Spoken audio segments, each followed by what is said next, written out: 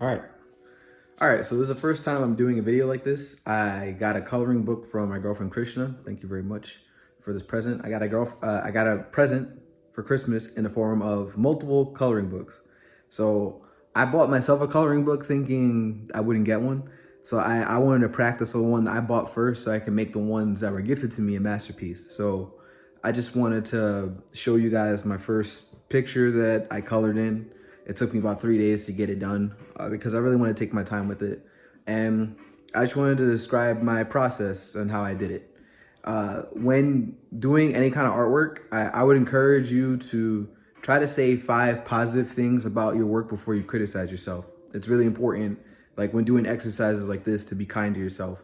It's been a lesson for me to focus more and also to focus on the positives, and instead of like and when you see a negative, like think about how you can use it to your advantage. And I did that multiple times throughout this piece. So here we go. So I should have taken a picture of this. Let's make it stand out of the light. But I should have taken a picture of this before I started this video, but I didn't. So you can kind of see the outlines. It says climb higher. That's just how it started. This whole book is just an adventures coloring book. So it's a bunch of pictures that are in black lines, and then you just have to fill it in with colors. So that's what I did on this piece. I started off up here in the climb section. So to me, these right here, they look like watermelons to me, but kind of like mutant. So I decided that I was gonna color all these dots right here red and the outside green. And I decided to use that with the next 2 letters in I and M. So these here especially look like watermelon slices, but like you had to really flip your head around. I thought it was kind of trippy. So I just kept the watermelon concept going as I went throughout the M. It looks like candy almost. So for the letter B and the letter C, like the designs were all over the place. Like I didn't want to do 3s as just straight lines. It didn't really feel like watermelon anymore. So I started experimenting with different colors. So I came over here to the B, and I saw a bunch of patterns here. Like they just drew random patterns in the letter B. And so I thought to myself, like, instead of just doing patterns over and over again, why don't I try to make this a piece within a piece? So I split this in half, and I could kind of make out that these are trees here and these are trees here. So I couldn't think of a way to make these 2 halves cohesive. If we split this right here, like then I would call this a top half and this a bottom half. I couldn't figure out how to make that one piece. So I made these right here trees and colored them as trees. And I kept these white to keep them as clouds. And this is the sky above the trees, and these are the sky above the clouds. And then I imagine this here is also trees, but this is like either the ground or a mountain backdrop. It doesn't make sense if it's a mountain because it's a cloud right here. So there'd be clouds and then sky and then more trees and more ground. So I imagine a perspective where you're looking out instead of directly forward at this. This bottom half, I imagine these patterns here being ropes and these outside patterns here being clouds. So you're taking a top-down view, looking down at 2 ropes and the sky beneath you. So I made that a separate piece. Over here, I took the same color palette that was over here on the right and I applied it to the left. So I used the same red, the same green, the same blue, the same orange. And as I was filling it in, I started off with these three. As I was filling it in, I saw that it kind of looked like a snake with its head cut off. So I colored this in to be like the head cut off, and this right here to be the tail cut off, or vice versa, it doesn't matter. And then I used the color palette that I use for these ropes, which is 2 different oranges and a white.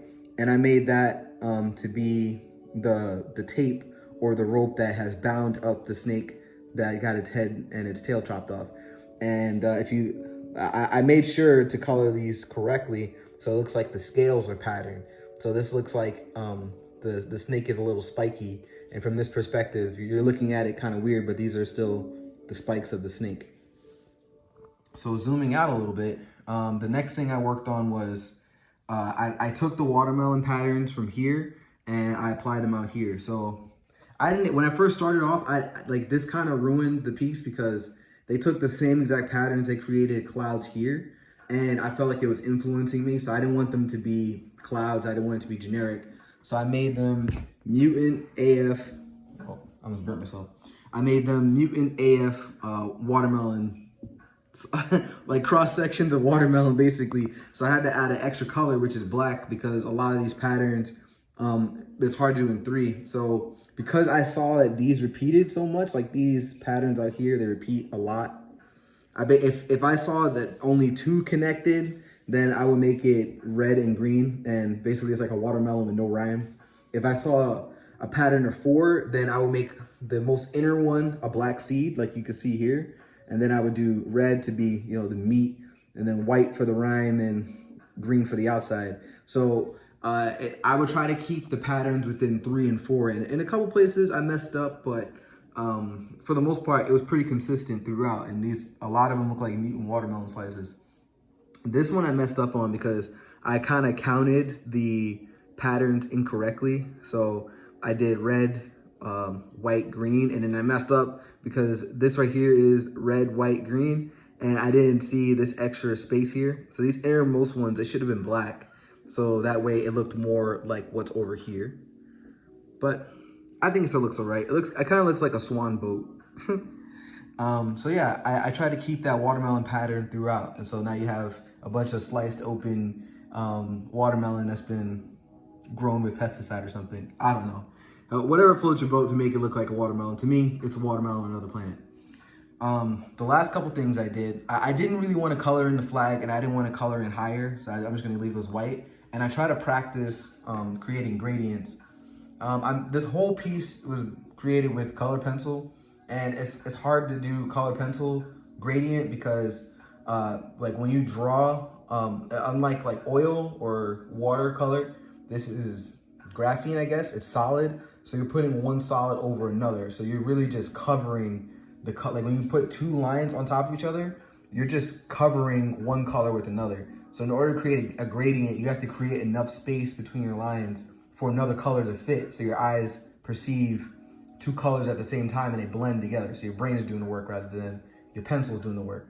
So right here is 3 colors. It's like a really light orange and a deeper orange and then brown. And I did this gradient with vertical lines.